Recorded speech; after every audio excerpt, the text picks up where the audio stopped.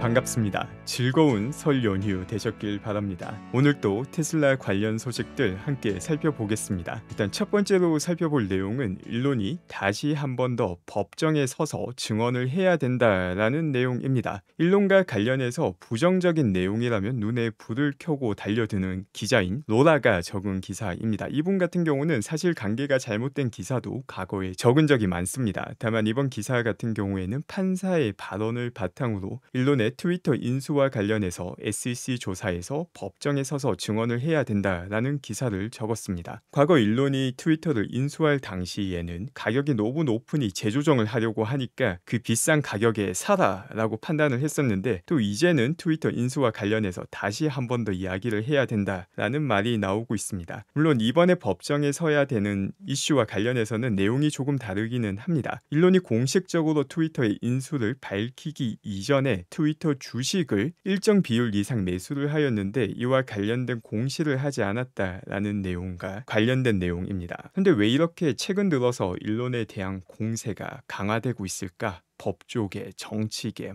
언론 말할 것도 없죠. 이와 관련된 조금 더 근본적인 내용을 살펴보고자 합니다. 그 내용은 바로 이 영상에서 확인할 수 있습니다. Headley. Wolf.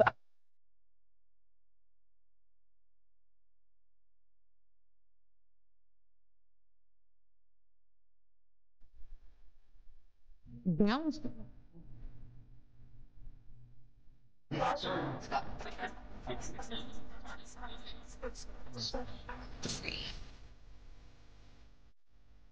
No.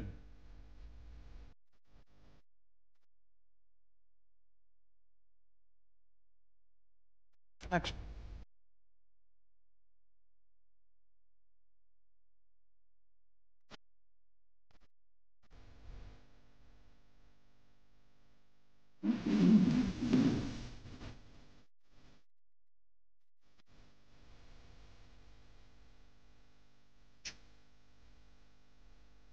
This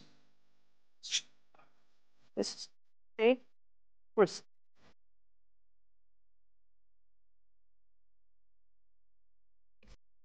to our democracy.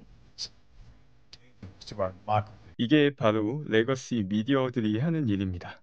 모두 다 똑같은 말을 앵무새처럼 반복하며 사람들은 이게 객관적인 자료다라고 믿게 만드는 일을 하고 있죠. 그럼 누가 이 스크립트를 써줄까? 바로 정부가 써주게 됩니다. 방금 보신 이 영상 같은 경우 최근 영상은 아니고 어느 정도 시간이 지난 영상이기는 합니다. 하지만 뉴스 미디어가 하는 역할은 시간이 지났음에도 전혀 바뀌지 않았습니다. 그리고 델라웨어 같은 경우 그 극단을 보여주었는데, 일론 머스크에 대한 공격이 커지는 이유가 바로 이 정치와 밀접한 관련이 있습니다. X라는 공간에서는 누군가 스크립트를 써줘서 마치 그게 자기 생각인 양 모든 미디어, 어떤 지역 할 거 없이, 어떤 채널 할 거 없이 같은 이야기를 하는 게 아니라 다양한 팩트 체크와 다양한 의견이 오고 가게 됩니다. 원래 정보를 통해서 필터링 되어야 되는 정보가 X라는 플랫폼을 통해서 오고 가게 되고, 원래 사람들이 정부 입장에서 몰랐으면 하는 내용들이 공유가 되는 곳입니다. 지금 보시는 게 델라웨어 당선 정당을 나타내고 있는데 1992년도 이후로부터 항상 민주당이 우세한 곳이었습니다. 그리고 선거가 가까워지고 있다 보니까 일론에 대한 공격이 더욱더 거세지고 있습니다. 물론 이 공격은 어느 당이든 계속해서 유지가 될 것입니다. 왜냐하면 집권 정당은 항상 정보를 자신이 원하는 내용으로만 대중들에게 퍼뜨리고자 하고 있고, X는 거기에 동의하지 않고 모든 정보를 다 퍼뜨리고 있기 때문입니다. 그리고 일론의 CEO 보상안과 관련해서 아주 재미난 인터뷰가 나오기도 하였습니다. 이 인터뷰 같은 경우에는 일론의 또 다른 회사인 뉴럴링크가 법인을 델라웨어에서 네바다로 옮기겠다라고 말한 이후에 나왔습니다.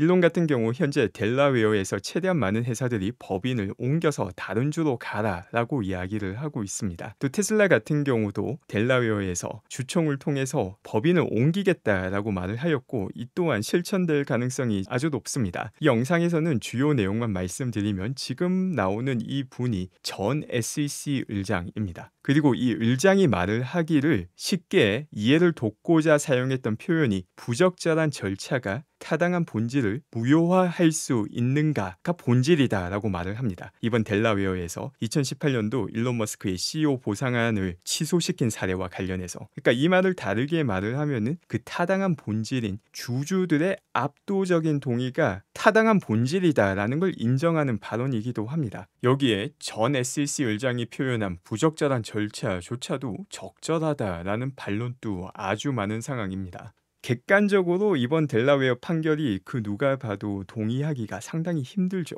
기존에 선례가 있던 것도 아니고 너무나도 비상식적인 판결을 내렸기 때문에. 그리고 그 결과 델라웨어라는 주에서 많은 법인들이 빠져나가게 될 경우 결국 그 모든 세금이 원래 델라웨어가 어떤 걸 다른 주로 넘겨주는 꼴이 되게 됩니다. 그래서 아주 재미난 일이 벌어지고 있고, 이 비상식적인 일에 대한 반발이 계속해서 목격이 되고 있는 상황입니다. 원래 테슬라의 주총 같은 경우는 연말에 이루어지는 경우가 많았는데 작년 같은 경우는 5월에 이루어졌습니다. 그래서 올해도 비슷한 시기에 주총이 이루어지게 된다면 5월 주변에 주총이 이루어지게 되고, 바로 이때 새로운 법인 이전 역시 이루어질 가능성이 아주 높습니다. 그리고 그 밖에 사이버 트럭과 관련해서 아주 흥미로운 소식이 전해졌습니다. 바로 사이버 트럭 중고 차량이 25만 불, 우리나라 돈으로 바꾸면은 3억 3천만 원 이상의 거래가 되었습니다. 근데 더욱더 재미난 점은 이 시간을 보게 되면은 처음에 사이버 트럭을 판매한다라는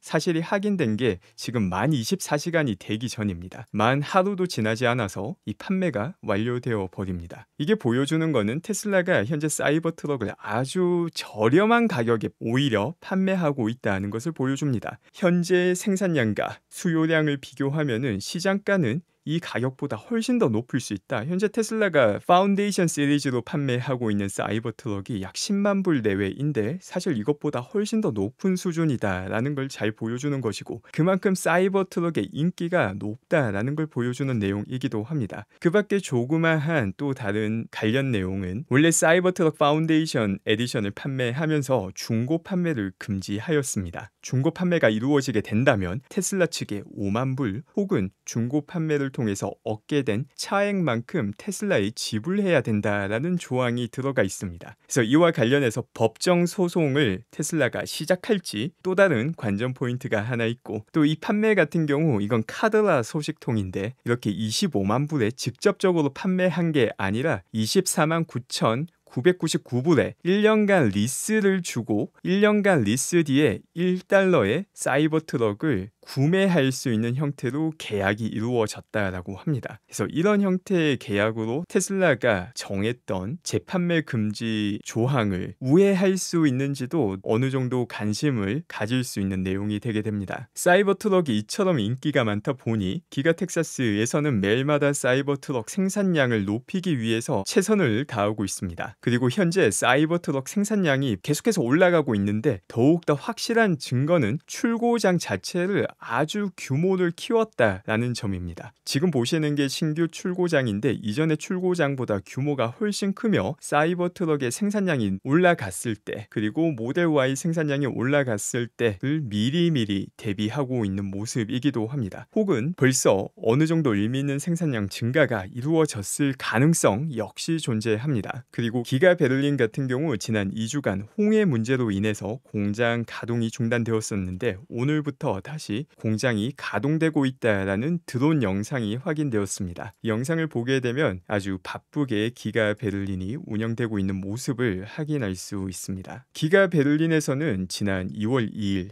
주당 6,000대라는 높은 생산량 새로운 기록을 세우기도 하였습니다. 다만 이 주당 6,000대 같은 경우 일각에서는 원래 주말에는 기가 베를린 공장이 가동되지 않는데 주말까지 가동함으로써 얻은 성과다라는 이야기도 나왔었는데, 이게 정말 주당 6,000대가 앞으로도 꾸준히 목격되는지 아닌지 역시 이번 1분기 동안 지켜봐야 될 주요 내용 중 하나입니다. 또 다른 주요 소식으로는 스텔란티스가 드디어 NACS에 가입을 하게 되었습니다. 이를 통해서 사실상 의미 있는 자동차를 판매하는 모든 제조사가 NACS를 채택하게 되었습니다. 테슬라가 만든 충전 시스템이 사실상 미국의 표준이 되었다라고 볼 수 있습니다. 이처럼 테슬라의 전기 충전소까지 인기가 많다 보니 지구 최대 규모의 슈퍼차저 충전소를 새롭게 만들기도 하였습니다. 바로 캘리포니아에 무려 충전기 164대의 슈퍼차저 충전소를 만들 계획이 확인이 되었습니다. 테슬라 차량 판매만 본다 하더라도 아주 가파르게 증가하고 있기에 충전소 수요에 대한 증가가 크게 올라가고 있는데, 여기에 더해서 미국에서 판매되는 사실상 모든 전기 차량에 대한 수요까지 슈퍼차저가 감당을 해야 되기 때문에 충전소 건설에 훨씬 더 속도를 내고 있는 모습이며, 또 이를 통해서 슈퍼차저 충전소를 통한 매출도 테슬라 매출에 의미 있는 기여를 하는 시간이 아주 빠르게 다가오고 있습니다. 그 밖에 GM에서 아주 야심찬 계획을 발표하기도 하였습니다. 쉐보레 이코녹스 전기차를 무려 35,000불에 판매를 할 것이다 라고 밝혔고, 이는 IRA 보조금을 계산하고 난 다음에는 28,000불이 되지 않는 엄청난 금액입니다. 이게 정말 현실이 된다면은 너무나도 전기차 시장 모두에게 좋은 소식이기도 합니다. 2024년 모델이기 때문에 빠르면은 올해 볼 가능성도 있는데, 중요한 점은 과거에도 GM이 이런 약속을 많이 하였지만 현실화가 되는 경우가 거의 없었다라는 단점이 존재하기도 합니다. 그럼에도 불구하고 이번에는 이 약속이 꼭 지켜지길 바라는데, 만약 이 약속이 지켜지게 된다면 테슬라에게도 아주 긍정적인 영향을 주게 됩니다. 현재 미국의 전기차 시장은 사실 테슬라 차량 시장이 독주를 하고 있는 상황이고, 테슬라만 존재한다라고 해도 과언이 아닌 상황입니다. 그리고 이런 상황에서 테슬라 차량에 관심을 주지 않는 분들도 많습니다. 전통적인 자동차 제조사 GM이나 포드 같은 제조사의 로열티가 높은 고객들도 많은데, 이런 브랜드에서 저가형 전기차를 만들게 된다면은 전기차에 대한 관심을 다시 한 번 더 환기시킬 수 있고, 또 새로운 전기차를 구매하게 된다면 전기차에 대한 관심이 높아지고, 스펙을 많이 비교하다 보면은 테슬라가 가지고 있는 뛰어난 성능에 눈길이 갈 수밖에 없는 상황이기도 합니다. 그래서 이렇게 다양한 모델이 나오게 된다면은 더욱 더 경쟁이 활발하게 되고, 또 지금 또 내연차와 비교하면은 전기차가 가지는 경쟁력이 높은 상황인데, 더욱 더 많은 경쟁이 이루어지게 된다면 전기차 전반의 경쟁력이 더 높아지기도 합니다. 한국에서도 좋은 소식이 전해졌습니다. 이제 곧 중국에서 수입되는 모델 3 하이랜드를 한국에서도 구입할 수 있게 된다라는 소식이 전해지기도 하였습니다. 그 밖에 미국에서는 모델 Y의 가격을 한시적으로 $1,000 할인을 한다라는 소식이 전해졌습니다. 이 할인 같은 경우 이번 1분기가 끝나는 3월까지만 진행이 된다라고 공시가 올라왔고, 이후에 일론 머스크가 추가 설명을 하기도 하였습니다. 보통 1분기가 전통적으로 자동차 판매가 많이 일어나지 않는 분기입니다. 그리고 이런 시기에 최대한 수요를 더 끌어올리기 위해서 한시적으로 1,000불의 가격 인하를 한다라고 밝혔습니다. 이거 역시 오늘 테슬라 주가에 어느 정도 부정적인 영향을 주는 뉴스이기도 하였는데, 또 한편으로 보게 된다면은 기가 텍사스에서 생산량 증가가 이루어지고 있고, 이에 따라서 고정비가 낮아지다 보니까 어느 정도 할인을 할 수 있는 여유가 생긴 거 아니냐라는 해석도 충분히 가능합니다. 이런 해석이 가능한 이유는 미국에서 1월 판매량 역시 역대 최고치를 기록을 하였기 때문에 기가 텍사스 공장에서 어느 정도 의미 있는 생산량 증가가 이번 분기 그리고 올해 이루어질 가능성이 높기 때문이기도 합니다. 이 다음 내용은 전반적으로 시장의 판이 바뀔 때, 새로운 기술이 나올 때마다 나오는 반복되는 패턴을 보여줍니다. 이 위쪽의 차트 같은 경우는 태양광 패널과 관련된 전문가들의 수요 예측치입니다. 2000년도 같은 경우에는 거의 변화 없이 지금과 같은 형태로 갈 것이다 라고 2030년도를 예상했고, 2년 뒤에는 조금 더 올라가는데 그래도 큰 변화는 없을 것이다. 그게 매년 계속됩니다. 그런데 현실은 어땠는가? S커브로 아주 가파르게 올라가고 20년간의 모든 예측치가 의미가 없었음을 보여줍니다. 그 아래 같은 경우에는 정반대의 예상치입니다. 바로 석탄 소비와 관련된 전문가들의 컨센을 나타내고 있습니다. 석탄 소비 역시 비슷하게 계속될 것이다 라고 거진 15년간 말을 하였는데 뚜껑을 까보니까 아주 가파르게 내려가고 있습니다. 전기차 시장에서도 마찬가지 일이 일어나고 있습니다. 매해 별로 성장 안 할 것이다, 지금까지 너무 가파르게 성장했기 때문에 이번에는 그 성장세가 많이 둔화되고 수요가 많이 줄어들고 있는 상황이다, 매년 나오는 이야기이기도 합니다. 그래서 항상 중요한 것은 이런 자료를 직접 확인하는가, 전체 그림을 보일 수 있는가, 그리고 역사적으로 계속 반복되던 이 패턴을 인지할 수 있는가가 핵심 능력이 되게 됩니다. 그 밖에 스타링크와 관련된 아주 충격적인 소식이 전해지기도 하였습니다. 지금 보시는 거는 프랑스에서 스타링크를 구매할 때인데 한 달에 40유로로 스타링크를 사용할 수 있고 스타링크 장비마저 한 달에 10유로로 대여를 할 수 있게 되었습니다. 이렇게 되면은 한 달에 50유로면은 스타링크를 사용할 수 있는데 이거는 뭐 지역마다 다르겠지만 그냥 인터넷 비용보다 더 저렴하게 되기도 합니다. 여기에 더해서 일론이 스타쉽이 앞으로 3주 안에 다시 한 번 더 발사가 될 수 있다라는 소식을 공유해 주기도 하였습니다. 그래서 빠르면은 3월 초, 또 조금 지연이 되게 된다면은 4월 초 사이에 스타쉽이 다시 한 번 더 발사되는 모습을 볼 수 있게 될 것 같습니다. 오늘 방송 또 함께 해주신 분들 감사드리고 오늘도 좋은 하루 되시기 바랍니다.